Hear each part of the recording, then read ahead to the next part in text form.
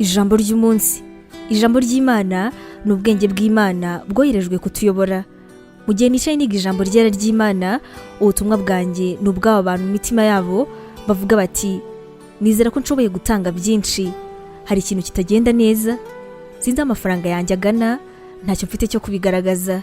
Ndashaka kukubwira yuko akazi gakomeye konyine ariko gatanga amafaranga menshi, ariko kandi bamwe mu bantu bakora cyane ku isi nibo bahembwa amafaranga makeya cyane.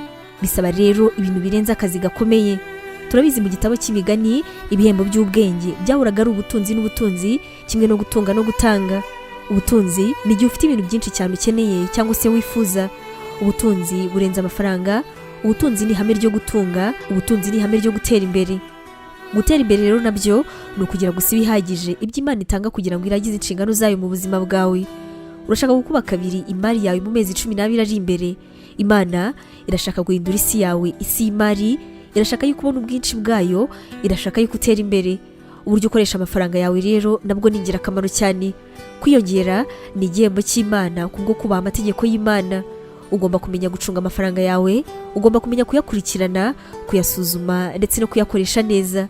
Ikirere, imyifatire, guhuza n'imihindagurikire ni bike cyane mu mfunguzo zizafungura igice cya kabiri cy'ubutunzi bw'Imana mu buzima bwawe. Izi mfunguzo ni ingenzi cyane, zikaba zizafungura kwiyongera kw'amafaranga mu buzima bwawe. Hari ikintu imbere muri wowe kidasanzwe, shakisha rero icyo ari cyo. Itandukaniro yawe hagati y'abandi ni irihe? Guhuza bitera ihumure, ariko kandi itandukaniro ryanyu ritera ingororano yawe. Amafaranga yawe ari mu itandukaniro ryawe. Icya kabiri ni ukubasha kwiyakira ndetse no kwakira ibihurimo. Kumenya kugendana n'ibihurimo ni uburyo bwiza bwo kuba intwari, ni uburyo bwiza bwo kwishyira mu bitekerezo by'abandi. Hari byinshi utabasha kugeraho mu buzima kubera ko utabashije kwakira ubuzima uko buri. Icya gatatu ni ikiganiro.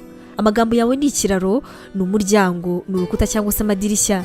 Amagambo yawe ya buri munsi agira ingaruka zikomeye cyane ku ntsinzi yawe. Ikidasanzwe bigerwaho biha agaciro gakomeye ubushobozi bwawe mu kuvuga amagambo meza. Mu magambo yawe rero niho uzatsindishirizwa, kandi n'amagambo yawe azacirwaho iteka. Nta kintu na kimwe gihinduka kugeza ibiganiro byanyu bihindutse. Imana iguhe umugisha. Ubu butumwa mwabuteguriwe kandi mwabugezwagaho na Nibintije Evangelical Ministries International, ariyo magambo ahinnye izwi nka NEMI.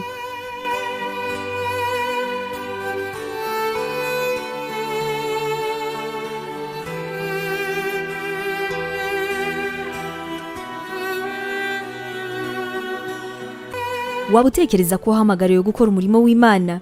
Wifuza inyigisho zacu se zisohoka buri munsi zagufasha mu buzima bwawe, cyane cyane zigukomeza mu bibazo?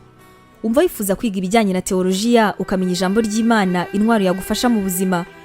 Duhereye kuri iki kibazo cya nyuma, niba igisubizo cyawe ari yego, ngufitiye inkuru nziza cyane. Iyi nkuru ni uko tugufitiye ishuri rya teolojiya kandi wigira ku buntu. Mu ishuri ryacu harimo porogaramu zitandukanye zirimo nka Pastoral Studies, aribwo buryo wakwiga kuba umuvugabutumwa mwiza cyane. Tugufitiye kandi Biblical Studies, ariyo masomo atandukanye ya Bibiliya, ndetse na Christian Counseling, inama za Gikristo zifasha gukomeza imitima.